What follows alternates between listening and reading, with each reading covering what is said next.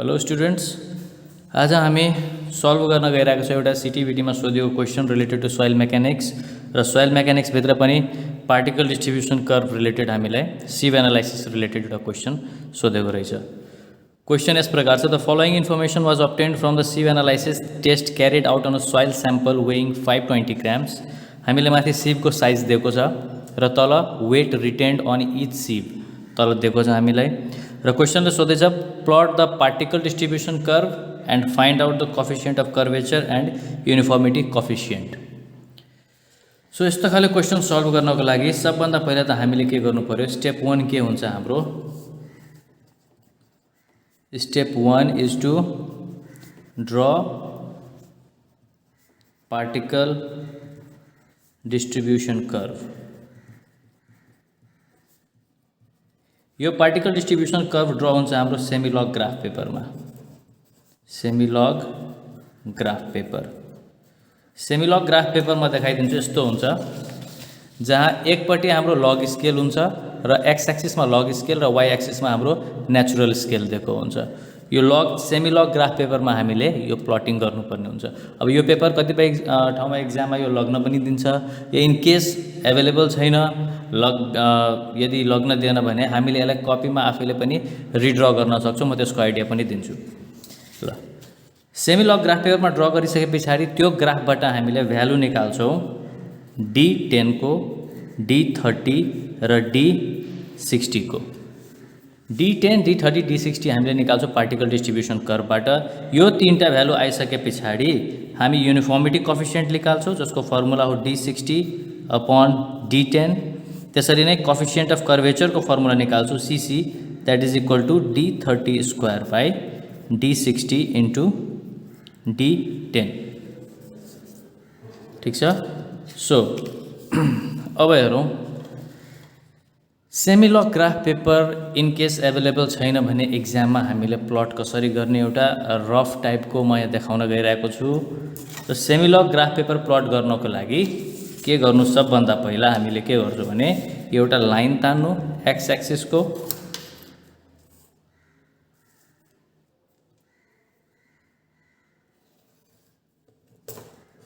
अर्को एउटा लाइन तान्नु वाई एक्सिस।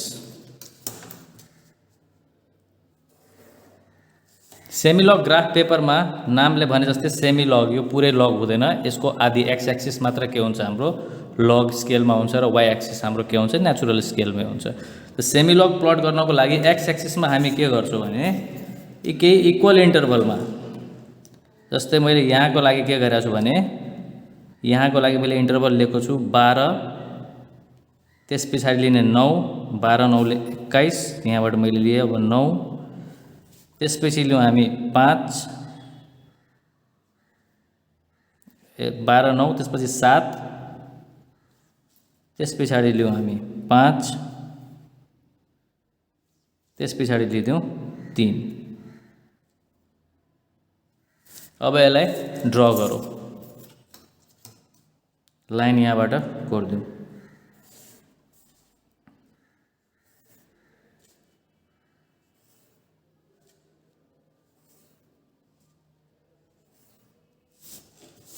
यो टेन्टेटिभ लग जस्तै हामीले एउटा लग स्केल जस्तै एउटा यसले भ्यालु दिएको हुन्छ। ल, अब फेरि के गरौँ, रिपिट गरौँ प्रोसेसलाई। 12, त्यस पछाडि 9, 12 9 ले 21, 21 पछाडि 7 ले 28, 28 5 ले 33, 33 र 3 36। यहाँबाट फेरि लाइन हामीले के गर्यो भने एउटा लाइन यसरी कोर्दियौँ।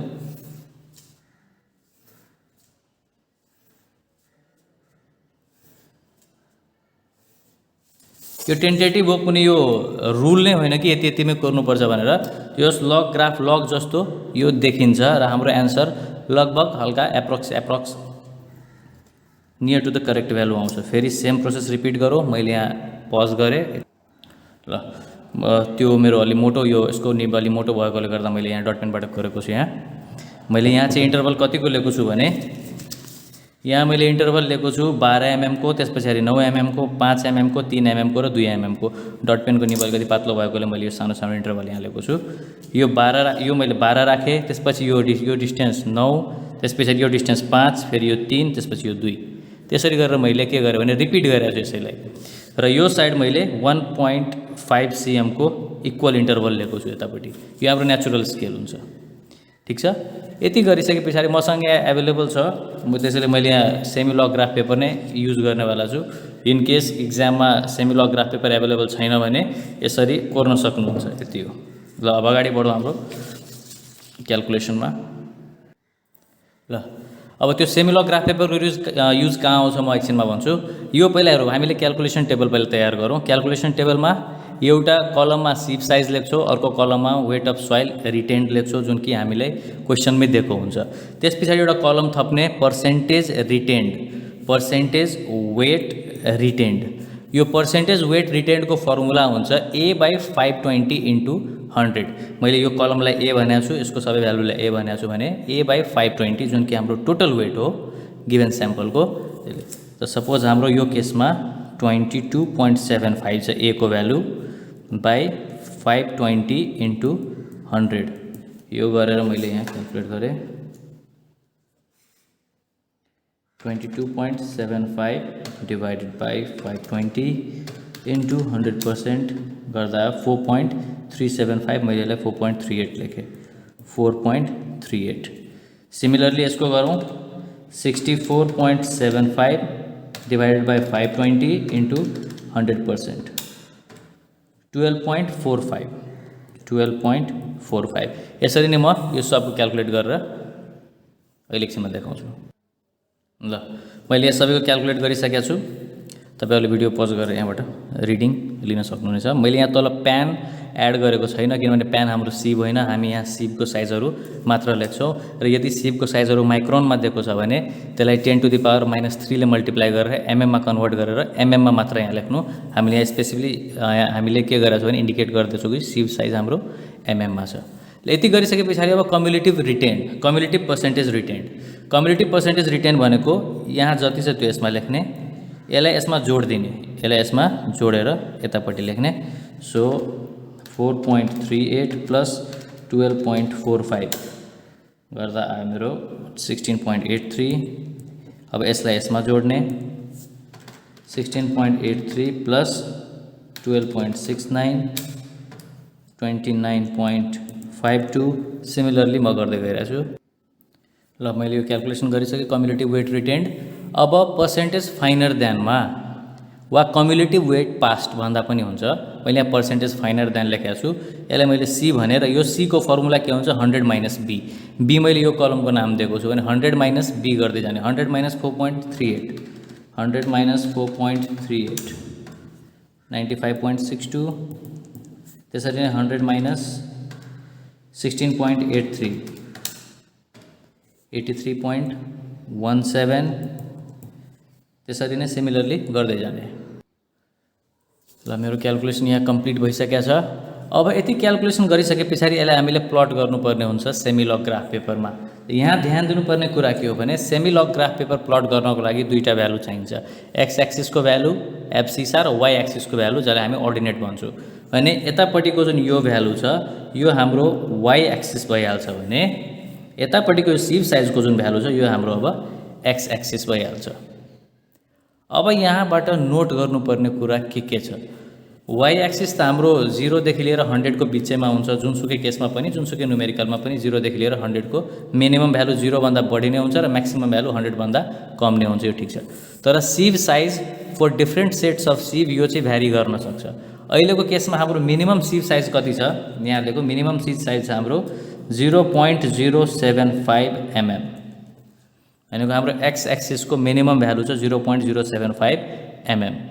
अब यसको म्याक्सिमम सिप साइज कति छ 4.75। म्याक्सिमम छ हाम्रो 4.75 mm। यो मिनिमम छ, यो म्याक्सिमम छ। अब हेरौँ यो कुरा यहाँ लेखौँ एकचोटि 0.001 0.01 0.1 त्यस पछाडि 1 त्यस पछाडि 10, त्यस पछाडि 100। अब हामीले यहाँबाट एउटा मिनिमम र एउटा म्याक्सिमम भ्यालु चुज गर्नुपर्ने हुन्छ।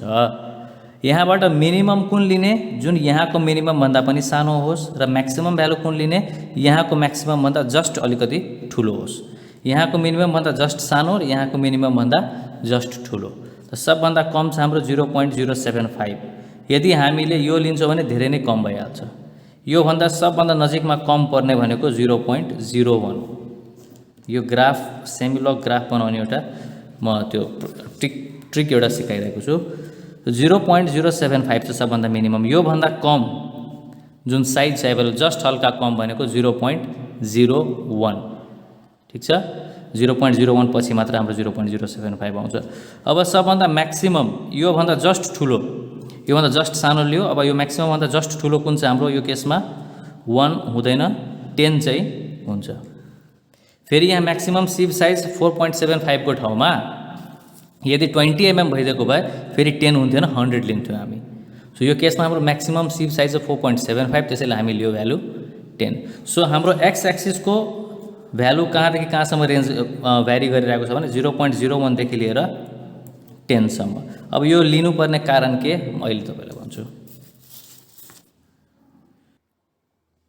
र मसँग यहाँ एभाइलेबल त छ ग्राफ, तर पनि मैले यो ह्यान्ड ड्रन ग्राफबाट म एकचोटि बुझाउन खोज्छु। र यो सपोज मैले आफ्नो सेमिलग ग्राफ मैले कपीमै बनाएँ। ठिक छ, यतापट्टि हुन्छ हाम्रो पर्सेन्टेज फाइनर ध्यान, जुन वाइ एक्सिसको भ्यालु मैले भनेको थिएँ। यो वाइ एक्सिसको भ्यालु के हुन्छ हाम्रो वाइ एक्सिसतिर जान्छ र एक्स एक्सिसमा हाम्रो पार्टिकलको साइज जान्छ। अब मैले जुन भ्यालु चुज गरेको थिएँ मिनिमम र म्याक्सिमम, मिनिमम थियो मेरो 0.01, त म अब 0.01 यहाँ दिन्छु एक्स एक्सिसको लागि 0.01। ठिक छ, अब यदि यहाँ 0.01 छ भने यो जुन भ्यालु छ हाम्रो, किनभने यहाँबाट हामीले रिपिट गरेका थियौँ, यदि याद होला भने यहाँबाट हामीले रिपिट गरेका थियौँ, इन्टु 10 गरिदिने हो। 0.01 इन्टु 10 कति हुन्छ हाम्रो 0.1। त्यसरी नै अब फेरि यसलाई फेरि इन्टु 10 गरिदिने अब यो भ्यालुलाई इन्टु 10 गर्दा अब कति हुन्छ यो मेरो 1। यो भ्यालुलाई फेरि इन्टु 10 गरिदिने, अब यो भ्यालु मेरो कति हुन्छ 10।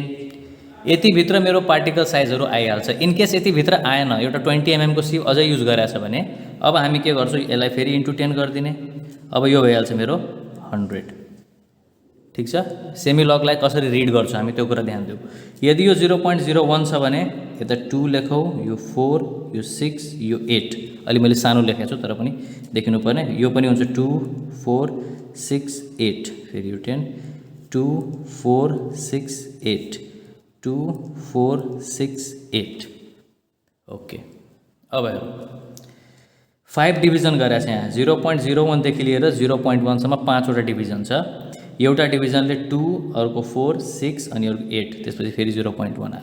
अब यसलाई रिड कसरी गर्ने, यदि यो 0.01 छ भने यो 2 होइन, यो 0.02 हो, यो 0.04 हो, यो 0.06 हो, यो 0.08 हो।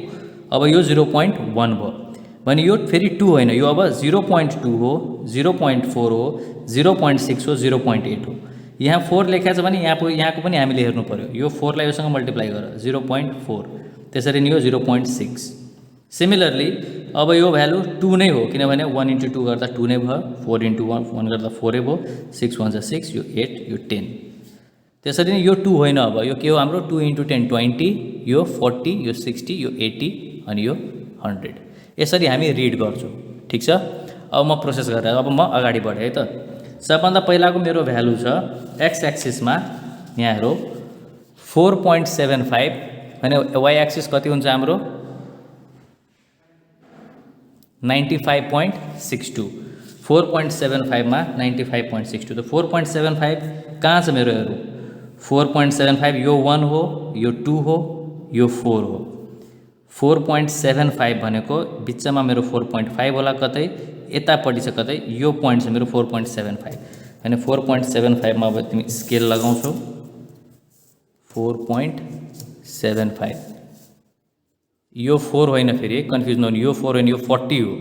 4.75 भनेको यहाँ छ, यहाँ स्केल लगाउने, स्केल सिधा पार्ने, त्यसमा मेरो भ्यालु कति दिएको छ 95.62 भने अब यहाँबाट हेर्ने 95.62 वाई एक्सिसमा हेर्ने 95.62 95.62 भनेको मेरो यता कति होला 95.62 यहाँ छ।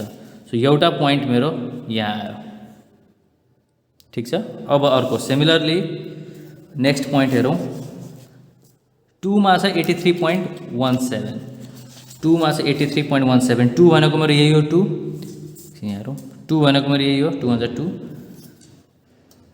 2 मा छ मेरो 83.17, त 2 मा स्केल लगाउने 83.17 भनेको यता कति होला, यहाँ एउटा पोइन्ट आयो।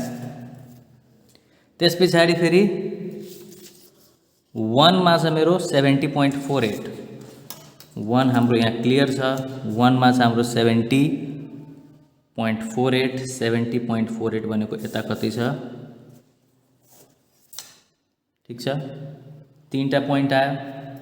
त्यस पछाडि फेरि हेरौँ 0.6 मा, 0.6 मा चाहिँ हाम्रो 46.44, 0.6 भनेको 0.1, 0.2, 0.3, 0. यहाँ छ 0.6, 0.6 मा छ मेरो कति स्केल लगाउने 0.6 मा छ 46.44, देन 46.44, यो 45 यता छ, 46.44 यता कति आउँछ 46.44, ठिक छ। त्यस पछाडि अब हेरौँ 0.3 मा छ 35.07, 0.3 मा 35.07, 0.3 कहाँ छ मेरो, यो 0.6 थियो, यो 0.2 छ र यो 0.4 छ, ठिक छ। अनि 0.3 कहाँ होला मेरो बिचमा, 0.3 मा स्केल लगाउने र भ्यालु कति छ हाम्रो 0.3 मा 35.07, 35.07 भनेको यहाँ छ 35.07, ठिक छ। नाउ अब मेरो कति छ 0.212 मा छ 20.12, 0.212, 0.1 छ 0.2 छ, 0.212 यसकै जस्ट साइडमा होला, हल्का हामी यहाँ टेन्टेटिभ भ्यालु लिने हो, सबैको एउटै एन्सर आउँछ भन्ने हुँदैन, यसमा टेन्टेटिभ भ्यालु लिने हो। 0.212 मा भ्यालु छ हाम्रो कति y को 20.12, ओके 20.12 भनेको यो पोइन्ट होला, यहाँ मैले के गरेँ हल्का डट दिइहालेँ। अब हेरौँ 0.150 मा छ 12.86, 0.150, 0.1, 0.2 भनेको 0.15 यहाँ छ, ओके मैले स्केल लगाएँ यहाँ, यसमा कति छ मेरो 12.86, 12.86 भनेको यता कति होला, एउटा यो पोइन्ट आयो। त्यस पछाडि 0. लास्ट 0.075, 0.075 भनेको 0.01 यहाँ छ, 0.06 यहाँ छ, 0.08 यहाँ छ। सो 0.075 भनेको यसको बिचमा छ कतै, टेन्टेटिभ भ्यालु लिदेऊ, यहाँबाट बिचमा स्केल लगाइदेऊ, ओके। अब हाम्रो भ्यालु कति छ यहाँ 5.98 भनेको एउटा पोइन्ट यहाँ आयो। अब हामी यसलाई के गर्छौँ एउटा स्मुथ फ्री ह्यान्ड कर्भले, मैले ट्राई गरेँ, सबै पोइन्ट्सहरू इन्क्लुड नहुन सक्छ तर हामीले कोसिस गर्छौँ सकभर सबै पोइन्ट्स आओस्, आएन भने केही छैन, एउटा दुईटा छुटे पनि केही हुँदैन।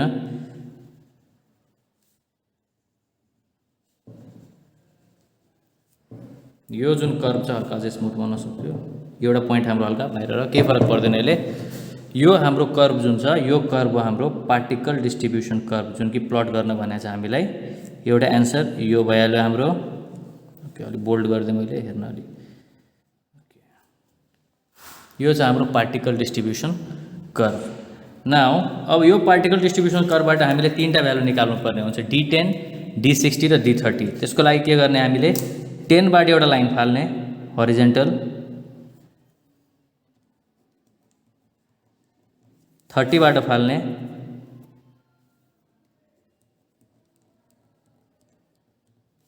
त्यसरी नै 60 बाट फाल्ने।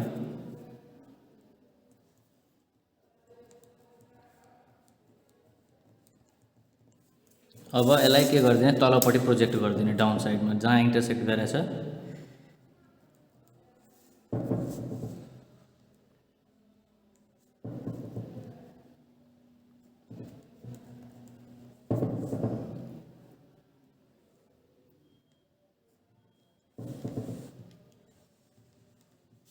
ओके। अब यहाँबाट हामीले एप्रोक्स भ्यालु लिने, यो कहाँ इन्टरसेक्ट गरेछ 10 बाट आएको लाइन 0.15 यहाँ थियो, so 0.12 approximately, so D10 is equal to 0.12 mm। Okay, now D30बाट आएको लाइनले यहाँ कहाँ टच गरिरहेछ हाम्रो एक्सिसलाई हेरौँ, यो हाम्रो 0.2 छ, यो 0.4 छ, बिचमा 0.3 होला, 0.3 भन्दा पनि हल्का राइटतिर छ भने 0.35 भनिदिउँ। So D30 is equal to 0.35 mm, ठिक छ। त्यो 60 को हेरौँ, 60बाट आएको लाइनको प्रोजेक्सन कहाँ मिट गरिरहेको छ भने यो रफ छ अलिकति, 0.8 र 1 को बिचमा भने 0.9, so D60 is equal to 0.9 mm। यो हाम्रो एन्सर होइन, हाम्रो एउटा एन्सर यो भयो particle distribution curve, this is known as the particle distribution curve, एउटा एन्सर यो भइहाल्यो। अर्को एन्सर अब यसको क्याल्कुलेसन, सो यसको क्याल्कुलेसन गरौँ।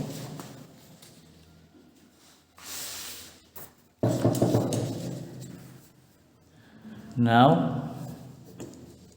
from graph D10 is equal to 0.12 mm, similarly D30 is equal to 0.35 mm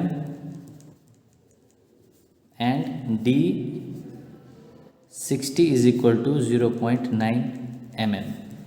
then अब uniformity coefficient CU is equal to D60 by D10, यो भनेको हाम्रो 0.9 by 0.12, क्यालकुलेटरमा हेरौँ, 0.9 डिवाइड बाई 0.12, 7.5।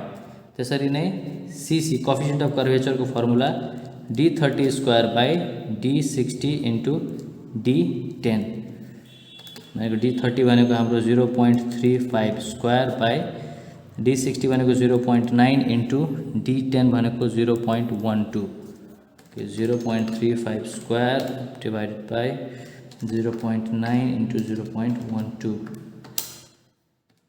1.13 यो एउटा एन्सर भयो, यो एउटा एन्सर भयो। Thank you for watching.